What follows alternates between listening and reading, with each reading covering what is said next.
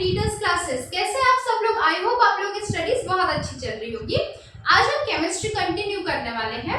Chemistry में अभी तक हमने मेटल्स देखे, उसकी प्रॉपर्टीज देखी, फिजिकल प्रॉपर्टी, फिर केमिकल प्रॉपर्टीज भी हमने डील की। ऑलमोस्ट केमिकल प्रॉपर्टीज हो गई है, एक आध जो बची हुई है वो मैं इसके साथ ही कराऊंगी जब आपको रिएक्टिविटी सीरीज बताऊंगी तब, क्योंकि आपको थोड़ा सा डिस्प्लेसमेंट रिएक्शन वगैरह देखना है। आज हम कुछ मेटल से ही रिलेटेड चीजें एक्चुअली कनेक्ट करके पढ़ रहे हैं। मैंने पहले भी बोला था आपको कि हम कनेक्ट करके चीजें पढ़ते हुए चलेंगे। तो अभी हम अकरेंस ऑफ मेटल या एक्सट्रैक्शन ऑफ मेटल पढ़ने वाले हैं और इसी के साथ मेटलर्जी को ही हम कनेक्ट कर रहे हैं, आप समझ लो, ठीक है। तो मेटलर्जी बेसिकली हम स्टार्ट कर रहे हैं, जिसमें हमको जानना है कि जो हमारे मेटल्स हैं, हमारे धातु हैं, वो किस किस फॉर्म में अवेलेबल होते हैं, किस तरीके से उनको एक्सट्रैक्ट किया जाता है, निकाला जाता है। तो ये सारी चीजें हमको देखनी है, इनसे रिलेटेड कुछ प्रोसेसेस देखने हैं और उसके बाद फिर हम नॉन मेटल को पीरियोडिक टेबल के साथ कनेक्ट करके पढ़ेंगे। तो स्टार्ट करते हैं आज का हमारा क्लास। जो लोग भी चैनल में नए हैं, चैनल को सब्सक्राइब कीजिए, लाइक कीजिए, शेयर कीजिए भाई, और हाँ, टेलीग्राम ग्रुप भी ज्वाइन कर लीजिए। और मोटिवेशन आप लोगों के सपोर्ट से ही मिलता है, तो प्लीज ज्यादा से ज्यादा शेयर वगैरह कीजिए। आपके साइड से थोड़ा सपोर्ट कम आ रहा है अभी, ठीक है। चलो स्टार्ट करते हैं। तो जो हमारे मेटल्स होते हैं, हमारे धातु होते हैं, वो बेसिकली हमको या तो फ्री स्टेट में मिलते हैं या कंबाइंड स्टेट में मिलते हैं, ठीक है। या तो हमको फ्री स्टेट में मिलते हैं, मतलब हमको हमारी प्रकृति ऐसे ही दे देती है कुछ मेटल्स जो कि बहुमूल्य मेटल जिनको बोला जाता है, बहुत ज्यादा कीमती जो होते हैं उस तरीके के होते हैं बेसिकली। या तो फिर हाँ, लेकिन बहुत रेयर होते हैं, बहुत कम अवेलेबल होते हैं ऐसे मेटल्स। या तो हमको कंबाइंड स्टेट में मिलता है। तो जो हमारा ज्यादा से ज्यादा मेटल, ज्यादा से ज्यादा धातुएं जो हम यूज करते हैं हमारी डेली लाइफ में, हमारे आसपास के एनवायरनमेंट में, वो सब हमको किस स्टेट में मिलती है? कंबाइंड स्टेट में मिलती है, ठीक है। फ्री स्टेट का क्या मतलब है कि जो मेटल, जो धातु है, वो प्योर फॉर्म में होगा, बिल्कुल उसमें किसी तरीके की कोई मिलावट नहीं होगी या किसी और मेटल के साथ वो मिक्सअप नहीं होगा, उस फॉर्म में होता है। और ऐसे मेटल्स होते हैं जिनकी रिएक्टिविटी बहुत कम होती है, जैसे हमारा गोल्ड वगैरह हो गया, जिसकी रिएक्टिविटी बहुत कम होती है, लेकिन ये बहुत कम अवेलेबल होते हैं, बहुत ही मतलब माइन्यूट क्वांटिटी में ये नेचर में अवेलेबल होते हैं, ठीक है। तो हमको ज्यादा से ज्यादा क्या पढ़ना है भाई? कंबाइंड स्टेट में मेटल्स होते हैं। अब कंबाइंड स्टेट का क्या मतलब है? बहुत सारे धातु, बहुत सारे मेटल्स आपस में मिले हुए होते हैं। तो यहाँ हमको क्या करना होता है कि उन मेटल्स को आइडेंटिफाई करना होता है। फिर उसके लिए बहुत सारे मेटलर्जिकल प्रोसेसेस होते हैं जिनके थ्रू हम प्योर फॉर्म में, बिल्कुल सही जो फॉर्म हमको चाहिए उस फॉर्म में हम अपने मेटल को, हमारे धातु को एक्सट्रैक्ट कर सकते हैं, निकाल सकते हैं, ठीक है। तो या तो फ्री स्टेट में होगा या कंबाइंड स्टेट में होगा। तो मेटलर्जी में हमको क्या पढ़ना है? कंबाइंड स्टेट में जो मेटल्स हैं उनका प्रॉपर मेथड यूज करके एक्सट्रैक्शन, ठीक है, उनको कैसे निकालना है वो पढ़ना है। क्या पढ़ना है हमको? एक्सट्रैक्शन ऑफ मेटल्स पढ़ने हैं, मेटल हमको निकालने हैं। तो मेटल्स जो होते हैं वो नेचर में हमको डायरेक्टली नहीं मिलते हैं। मैंने बताया कि बहुत कम ऐसे होते हैं जो हमको फ्री फॉर्म में मिलते हैं, अदरवाइज या तो हमको मिनरल के फॉर्म में मिलेंगे या तो हमको ओर्स के फॉर्म में मिलेंगे, ठीक है। मिनरल्स के फॉर्म में मिलेंगे या फिर हमको ओर्स के फॉर्म में मिलेंगे। तो समझते हैं कि क्या क्या होते हैं। मिनरल्स की यदि मैं बात करूं तो मिनरल्स क्या होते हैं? नॉन स्पेसिफिक होते हैं। क्या होते हैं भाई? नॉन स्पेसिफिक होते हैं। क्या मतलब है नॉन स्पेसिफिक होने का? नॉन स्पेसिफिक होने का मतलब है कि इसमें किसी एक तरीके का मेटल प्रेजेंट नहीं होता है, बहुत सारे मेटल्स आपस में मिले हुए होते हैं, ठीक है। इनमें मेटल के परसेंटेज क्या होते हैं भाई? लो होते हैं। इनमें सिंस बहुत सारे मल्टीपल टाइप्स के मेटल्स इसमें प्रेजेंट होते हैं, तो उनका परसेंटेज आपस में क्या होता है? बहुत कम होता है, रेशियो बहुत कम होता है। सफिशिएंटली हम इसको एक्सट्रैक्ट नहीं कर सकते हैं, ठीक है। मतलब ये हमारे बहुत ज्यादा काम का मेटल के एक्सट्रैक्शन में नहीं है। अब क्यों नहीं है? देखो, जैसे हमने कोई मिनरल लिया, हम ले आए भाई मिनरल, ठीक है। यदि उसमें हमको बहुत कम क्वांटिटी में मेटल्स मिल रहे हैं और उसके लिए हमको लागत बहुत ज्यादा लगाना पड़ रहा है, हमको कॉस्ट ऑफ एक्सट्रैक्शन बहुत ज्यादा देना पड़ रहा है, तो ये तो हमारे लिए प्रॉफिटेबल नहीं होगा। होना तो ये चाहिए ना कि हमको as much as low cost, ठीक है, कम से कम हम वो लगाए, लागत लगाए और उसमें हमको ज्यादा से ज्यादा हम मेटल एक्सट्रैक्ट कर पाए, तब ये इकोनॉमिकली हमारे लिए यूजेबल होगा, हमारे लिए काम का होगा, लेकिन हमको ज़्यादा लागत देनी पड़ेगी और बहुत कम काम के मेटल्स निकलेंगे तो ये प्रोसेस हमारे लिए यूजफुल तो नहीं होगा। ठीक है, क्ले वगैरह हो गई या माइका जैसे जो मिनरल्स है, माइका जिसको आप अभ्रक बोलते हो, जो कि इलेक्ट्रिसिटी वगैरह में यूज आता है, तो उन सब के लिए क्या है, मिनरल्स सही होते हैं। ठीक है, अब यदि मैं बात करूं ओर्स की, तो ओर्स मिनरल्स क्या होंगे, स्पेसिफिक होंगे। स्पेसिफिक कहने का क्या मतलब है, स्पेसिफिक से ये नहीं समझ लेना कि भाई 100% इसमें मेटल्स होंगे, नहीं, 100% नहीं होंगे, लेकिन सपोज हमको जैसे लोहे के लिए हमको एक्सट्रैक्शन चाहिए, तो लोहे के जो ओर्स होते हैं जैसे कि हेमेटाइट हो गए, आयरन के जो ओर्स होते हैं या मैग्नेटाइट हो गए, तो इसमें क्या होगा, मिक्सअप इसमें भी होंगे, बहुत सारे मिक्सचर्स होंगे मेटल्स के, लेकिन जिस तरीके का मेटल हमको चाहिए उसका परसेंटेज बाकी सबसे बहुत ज्यादा होगा।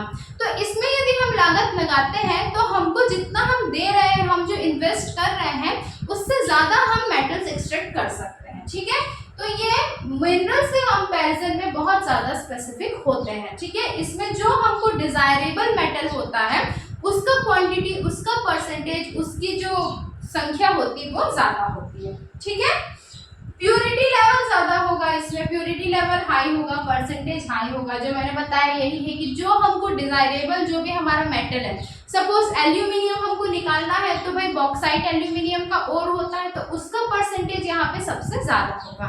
ठीक, तो इसलिए इसका हम यूज कर सकते हैं, ये हमारे लिए राइट होगा। ठीक, can be extracted up to good extent, हम इसको ज्यादा से ज्यादा क्वांटिटी में एक्सट्रैक्ट कर सकते हैं, निकाल सकते हैं अपने जो हमारे डिजायरेबल मेटल है वो।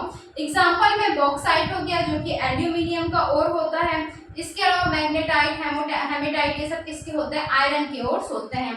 सबको हमको एक एक चीजें पढ़ते हुए चलनी है। अच्छा, एक फेमस स्टेटमेंट है जो कि अभी तो उतना ज्यादा इंपॉर्टेंट है नहीं, बट स्टिल हम बचपन से पढ़ते हुए आ रहे हैं तो देख लेते हैं। क्या है वो फेमस स्टेटमेंट, वो है all ores are minerals but all minerals are not ores। ठीक है, सारे ओर्स मिनरल होते हैं पर सारे मिनरल्स और नहीं होते हैं। ये एक बहुत ही फेमस स्टेटमेंट है, इनसे क्वेश्चंस कई बार पूछे जाते हैं which of the following is true करके। देखो इसका कंसेप्ट क्या है, ऑल ओर्स आर मिनरल्स, क्या बोल रहे हैं भाई, ऑल ओर्स आर मिनरल्स, सारे ओर्स क्या है, मिनरल्स है, सारे ओर्स क्या है, मिनरल्स है। ठीक है, सही है। क्यों सही है, क्योंकि मिनरल्स तो बहुत सारी चीजों का मिक्सचर होता है, और ओर्स भी क्या है, एक प्रकार का मिनरल है। कैसा मिनरल है, जिसमें स्पेसिफिक जो मेटल हमको चाहिए उसकी क्वांटिटी क्या होती है, हाई होती है। तो और भी क्या है, एक प्रकार का मिनरल है, लेकिन सारे मिनरल्स और नहीं होते हैं, सारे मिनरल्स और नहीं होते। क्यों नहीं होते हैं, क्योंकि मिनरल्स में जो हमको मेटल चाहिए, जो हमको धातु चाहिए, वो स्पेसिफिक नहीं होता है। ठीक है, इसमें मेटल का परसेंटेज क्या होगा, लो होगा। तो हमको, और ओर्स में जबकि हमने क्या जाना कि भाई ओर्स में तो हाई होता है मेटल का परसेंटेज, स्पेसिफिक होता है, तो इसलिए हम बोल सकते हैं कि हर मिनरल और हो ऐसा जरूरी नहीं है। ठीक है, तो ये स्टेटमेंट को थोड़ा सा समझ के ध्यान से चलिए, बहुत ईजी है। अच्छा, इसके अलावा कुछ बेसिक चीजें हैं जो क्वेश्चंस के फॉर्म में कई बार पूछी गई है, जिनको भी थोड़ा सा समझ लेते हैं।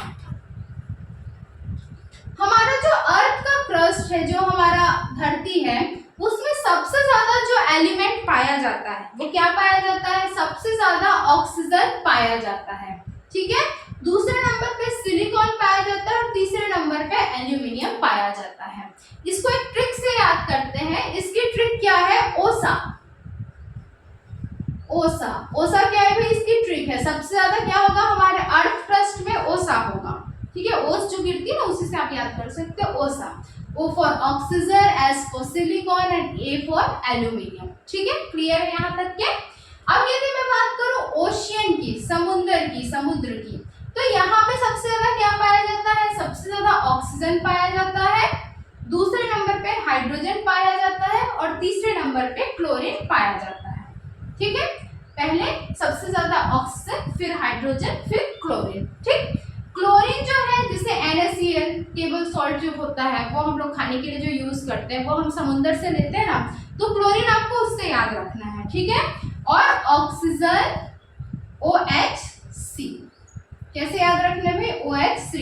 सिर्फ और सिर्फ आप OH भी याद रख लोगे तो C आपको दिमाग लगाना है कि हाँ जो हम सॉल्ट लेते हैं वो NaCl होता है, वो हमको समुद्र से मिलता है, तो भाई यहाँ पे तीसरे नंबर पे क्या आएगा? क्लोरीन आएगा।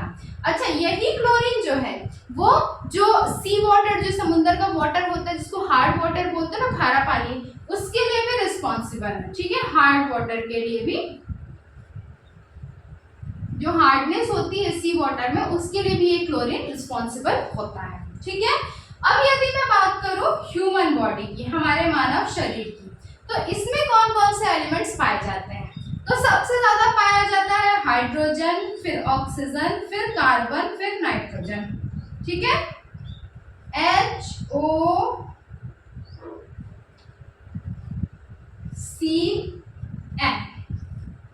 होकैन, कैसे याद रख सकते हो? होकैन, HOCN, सबसे ज्यादा हाइड्रोजन, फिर ऑक्सीजन, फिर कार्बन और फिर नाइट्रोजन।